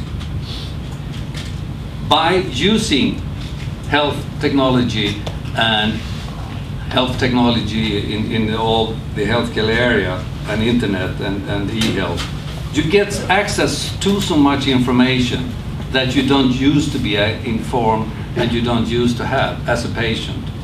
Doesn't mean that we don't want to have it. We want to have it because we want to make decisions. We want to know everything, but we are not used to it today. That's what I mean with health literacy. That is important because to be an empowered patient, which we have to be in order to save the money in the healthcare system, we also need to know how to use this new process and new information. Without the understanding and skills and know-how among the users, an e-health rift will emerge. And with a strong and inclusive e-health governance structure, we can all move forward together to ensure all patients benefit from e-health. I was thinking of, if you're going to remember only one thing about me or from me today, I would like you to remember that the biggest threat is e-health illiteracy. So that if we can link that into the process, then I'm totally sure that we are a long way closer to heaven. Thank you very much. I can ask the panelists to come on up here.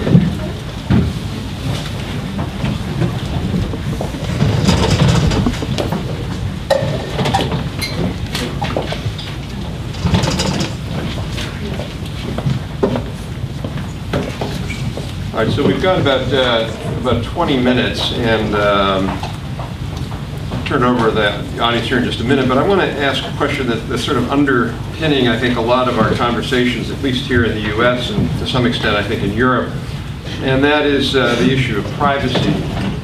I would postulate that one of the reasons, although I think there are many, that the US is so far behind other countries is that we've had a fair amount of very strident privacy groups in the US intentionally slow down e-health transformation because of fears over privacy. And yet when you look at a country like Sweden or the Netherlands or Denmark, I think it's been interesting, the privacy officials have been involved from the very beginning. There seems to be a higher level of trust. And I don't know how much of that is just culture of Europeans sort of trusting their government more. I don't think that's a problem in the U.S. where we don't trust our government healthcare, but I don't know, maybe I was missing something there.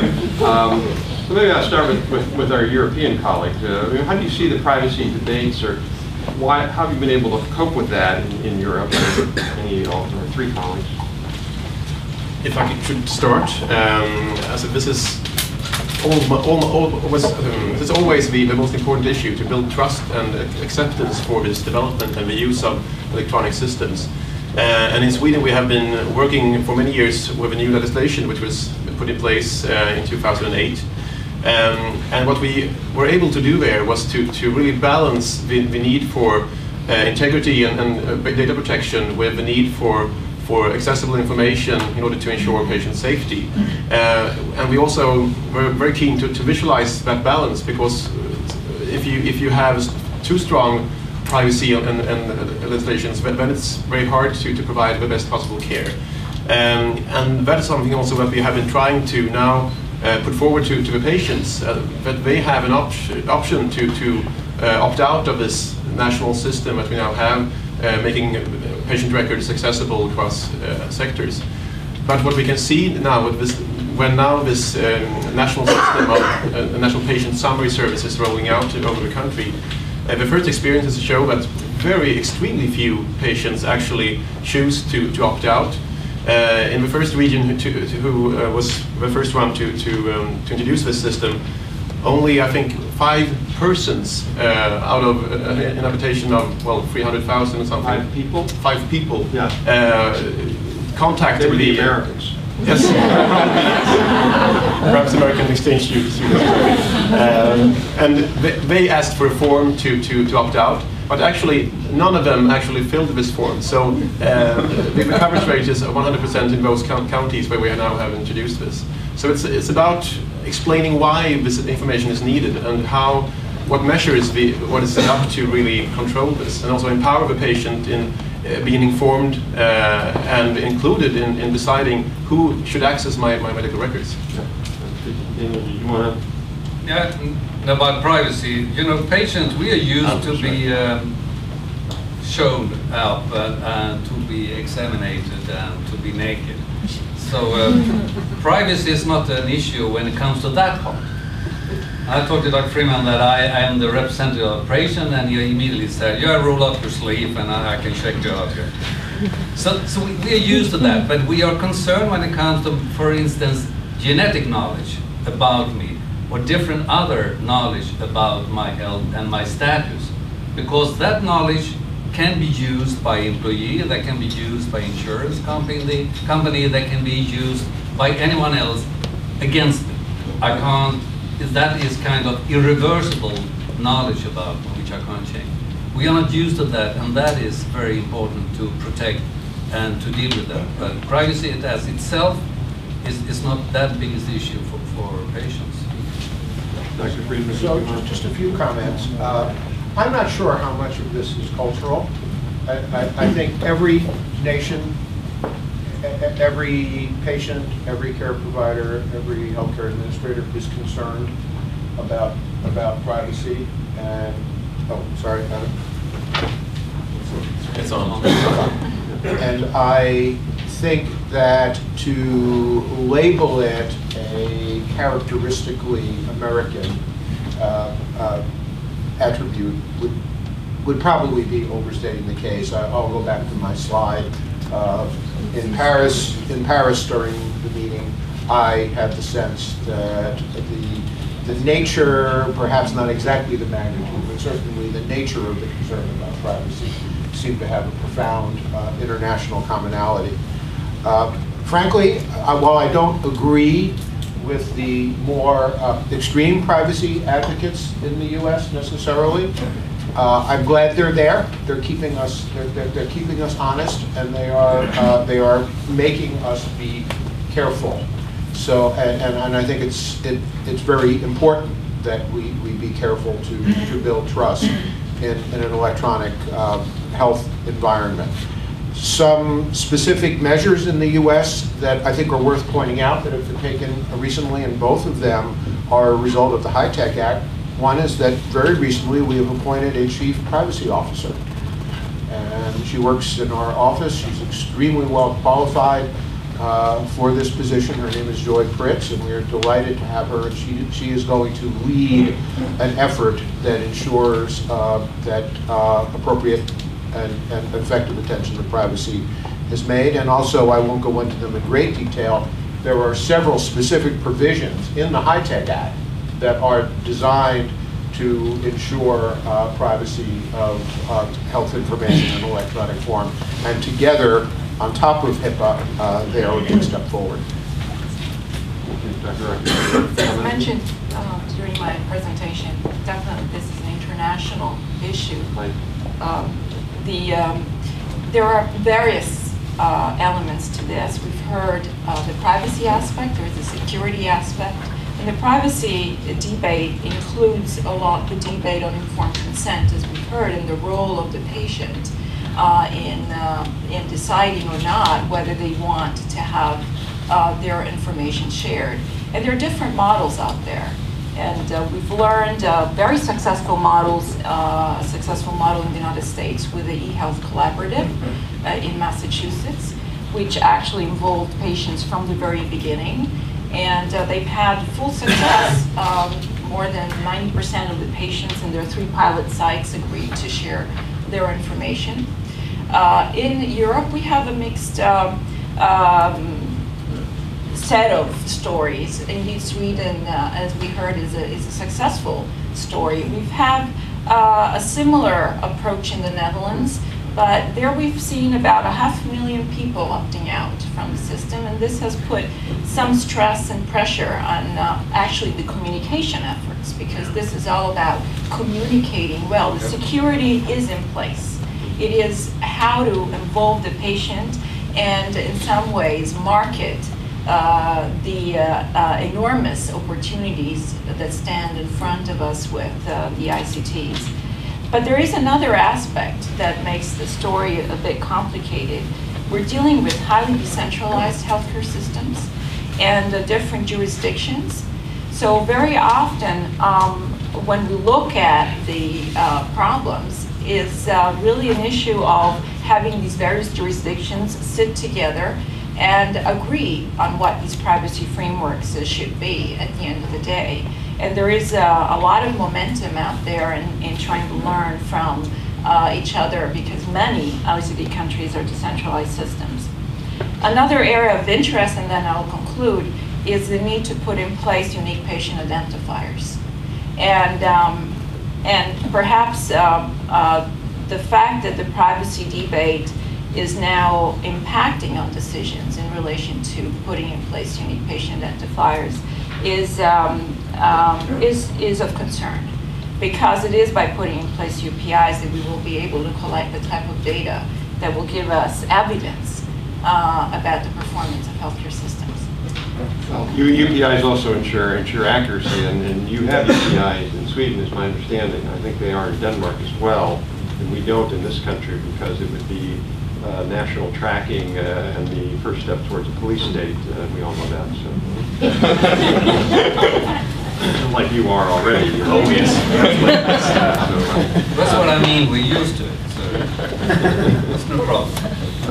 This gentleman right here, and then this lady. So, you want to identify yourself? Good morning. I'm Dr. D. Datta. I'm the Council of Science and Technology from the Embassy of India. It's an interesting case study for India. Like it's an emerging economy looking into the so-called developed economies. For us, Europe is an example of a public system, health care, and the America is it's an example of a private supported system. But if you see the healthcare system, it's much older than the IT system, because IT is a recent development. And IT was basically a supporting system which is now coming into the forefront as a part of the total subsistence. So there are two economics, because what we have heard about, like incidentally, I was involved in the National Spatial Data Infrastructure Development in India. So I have a little bit of like experience, and my postdoctorate in spatial data information management from Netherlands. So I know a little bit of Europe. So what has happened is so basically these transformations of the core business process with the IT business process integrations.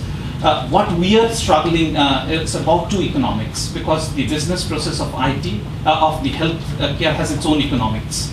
But information, when the data become information, it becomes a type of common goods, which has a different economics. And that, this two economics matching, there is a big problem what in India we are facing. It's my request with the panelists to share their experience. The notion there is what the IT sort of systems are on a different system than the older legacy. No, what you say is when you say the healthcare and the IT, these are the two subsystems which we're trying to integrate.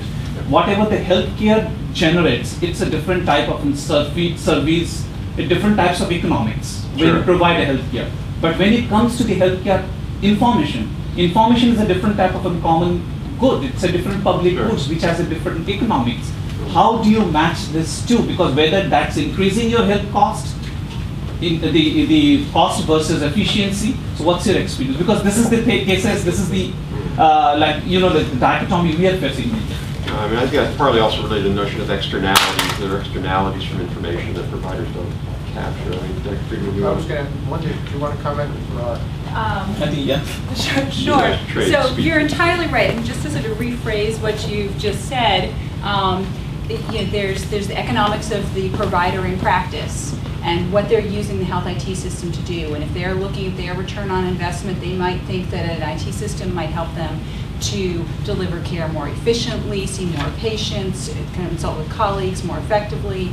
In the United States, doctors spend an enormous amount of their time dealing with issues like returning calls to pharmacies about refills, things like that can easily be dealt with through e-prescribing. So there's many things that are specific to the way that a doctor or hospital is delivering care that can be done more efficiently through the addition of health IT.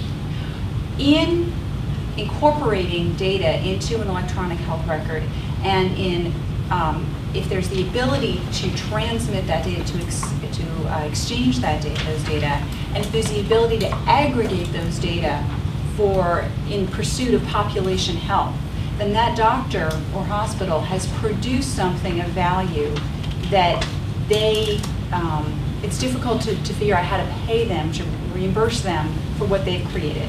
Not only that, but the economics, as you said, of this type of information in general, are such that the more information that is produced and aggregated, the more valuable it becomes, the more doctors who are connected to each other, the more likely it is that I'll be able to deliver better care as a hospital because I'm connected to your primary care provider. Ownership of the data is a big issue. And the ownership of the data becomes a big issue. These are extremely complex. I think in a publicly funded system where it's probably easier to align these economics.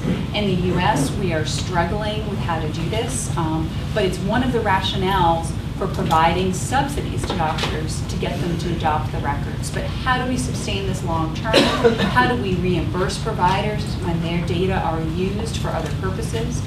There are even private commercial uses of these data, for example, for marketing research, drug development, things like this. These are very, very complex issues that you raise, and I don't think that we yet have the answers to all of them, especially here in the US. Again, we have a fractionated financing system, and it's not so easy to align the public and the private interest. It's an excellent, really complicated question. I think there's a question here, and then here. I actually want to move on because I want to get a lot of questions. I would like to follow up on the issue of privacy. My name is Irina Gallus. I am a professor of medicine. I'm also a consultant, innovation, life sciences, and now I'm on a stage at the NIH, help them work on translational programs where you want to bring ideas all the way to the patient. And so I have trained and lived in 3 different systems in Europe, in the Canadian system and the American system. And coming back to the privacy and working always in medical schools, what hit me is the cultural aspect in the United States, which I should say, at least for me, coming as a pioneer myself, the pioneering spirit where for whatever reason, political gain or whatever it is, people use it as a fear of interference with one's personal well-being if you know anything about them, from age to how much they make or what's their genome like or what their disease is. And it has been entrenched, I think, by the old system in which you could be dropped by the insurance if there was something wrong with you. So obviously nobody wanted to say that there was anything wrong with them. Now with the new, hopefully with the new thing in place, are there any initiatives to educate the public to show them how now, not having to fear the fact that you could be actually dropped by insurance, you could be more open to sharing your information and signing up for clinical studies and sharing more widely. So not people like us. I think we all agree this is important. We all have great ideas how to do it, but how do you inform the general public? Why don't we have Dr. Friedman answer that question? What are you doing to sort of inform the public of how this is different now? Okay, we're just starting. Build the trust, right? Yes, absolutely. It's an extremely important and valid point to be made. One of the programs that we are just beginning to develop in recognition of exactly the need you have pointed out is a program of public education around exactly the issues you have pointed out. The program is too early in its development to describe in any kind of detail, but what I can tell you is that it will happen, and it will have exactly the goal, plus or minus 5%, which is always the case, that you have described. So is there like, what's the horizon? Are we talking 5 years down the road? Oh, no. 5 months? I think you could expect to see something in the next 6 to 9 months coming out. Especially with, with the internet. Why don't we move on? Yeah, you'll get a personal email from Yes, sir, right here. Hi, my name is Kwanul Lee. I'm a professor at American University. Looks like every single person who spoke today kind of stressed the importance of patient participation and citizen engagement in healthcare reform and e-health. My question to you is that what specific programs or initiatives have you implemented or plan to implement to get the patients and constituents and citizens to get involved in not only in the service delivery but also policy making and decision making process? And you want to do that? I mean, you're certainly, I would argue, ahead of us in the whole notion of letting get paid. I think that's one of the limitations in this debate in the U.S. Up until now, it's largely been about how the providers can use this data. Very little discussion about empowering patients with their own data and tools. And maybe the both of you could just talk about that earlier. See if this, yeah, it's working. Yes, I think that's a key issue, I think, and that's also why we could avoid some of these credibility problems that otherwise can arise. And we have, when we formed our process and our national strategy, we really was keen on involving the patient side and the clinician side in this process from the beginning, because it's not only about informing them afterwards what is happening, it's about including them in the formative process and setting the policies. So I think that is also building the understanding on why this is done. But we need, I think the key thing here is that we want to empower the clinicians with information, the relevant information about the patient. And if we can describe that towards the patient or the citizen or relative, to know why is now this information available across the administrative borders of healthcare, then you can also build the confidence in this. And we have been working on this in Sweden, and now we are moving towards the European Union level to really build the same kind of trust even there, because we have European directives on data protection that we can fall back on, and we are now discussing on how to ensure that we can have a safe patient mobility across countries in Europe. And that really puts the pressure for building new trust, because if you can be safe with your own country, perhaps you are familiar with the system, but if I move from Sweden to France or to Spain or to Italy, can I be sure that an Italian doctor handles my information as safe as the Swedish one does? So I think there you have a key issue, and it can be in between care providers in the US, and I think there is a relevance to really form this notion on how information is handled. So to end up my discussion, I think it's also good for credibility to have a baseline of legislation on the federal level across countries, because I think also a big challenge in the US is that the states control the privacy legislations, and that is also, diminishing perhaps the credibility towards the patient. Can I really be sure that, this care provider in the state next door handles my information in the same way, or insurance issues that is raised? So. I thought the question was to US. Because we play, patient organization and patient perspective play an increasing role both at member state level and European Commission, European Union. There are more and more platforms issued where we are invited to be part of. The problem is that we not all the time share the same view as the government does. And to secure that we are allowed to do that, to secure that we can deliver that and meet in this merge, so to speak, that is a very big issue for us to play on. But I think the road is getting absolutely the right way in Europe, and I would want very curious about how it goes on in US. Well, we'll give you the last word, and maybe you can use the mic. Think about this. Be profound. So, I'll go to one of Melinda's slides where she showed the pillars of meaningful use. We were given a law, this High-Tech Act, by Congress, and as you said, it's very much focused on adoption and meaningful use of information technology by healthcare providers. We also know, and the advisory committees that have been advising us on defining meaningful use and other activities also know that engaging and empowering patients and giving them an active role in their care is absolutely essential to the success of everything we are trying to do from the point of view of improving the health of our citizens. So, to Melinda's slide, the advisory committee that has shaped the definition of meaningful use created engaging patients and their families as one of the pillars of meaningful use. Meaningful use is the policy driver of everything we are doing.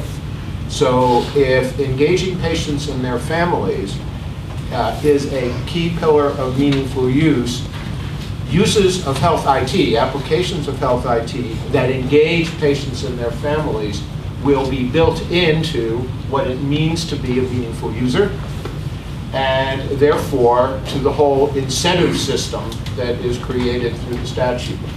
So in a very interesting way, even though if you read the law, you won't see very much about engagement of patients, through the prerogatives we were given to define meaningful use in collaboration with other agencies and taking advice from these advisory committees, I think we have baked in patient engagement in a very important way that will bear fruit all the way down the line as our health IT environment evolves.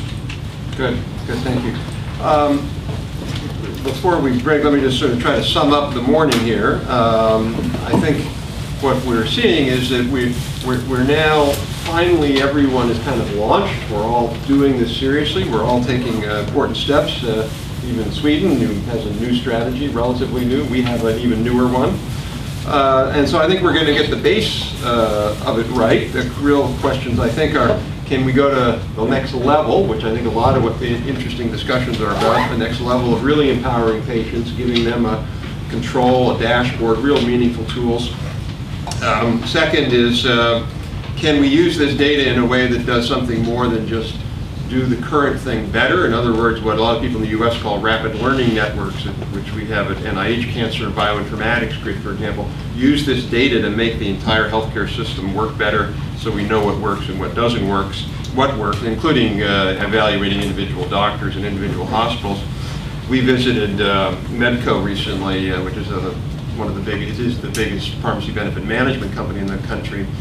And one of the things that's interesting about Medco is they can track pharmacists who use their prescribing, and they can track whether what they're prescribing actually is a good thing or not, given current clinical protocols of drug interaction and other diseases and whatnot. And it turns out that according to their data, 5% of the prescribing doctors make 95% of the mistakes. And they can even tell you what city is the worst city in the country to live in, which I was told I can't share, but it's somewhere in the Midwest, not here. Not that Gallen, Texas? That's very interesting, and if we could sort of know that and start to take more action on it, I think that would be. And the last piece to me that I think is very, very important, and we heard a lot about it here, is, ultimately, as we become global citizens, we can't even, we have to have certainly data that crosses national borders into Europe and state borders here, but even beyond that, as we become global citizens and we go to other countries on a regular basis, we have to know that that healthcare data is available in an interoperable and trusted way. And I commend what's going on now between Europe and the US, and hopefully Asia can get involved, and we can create a real interoperable international standard.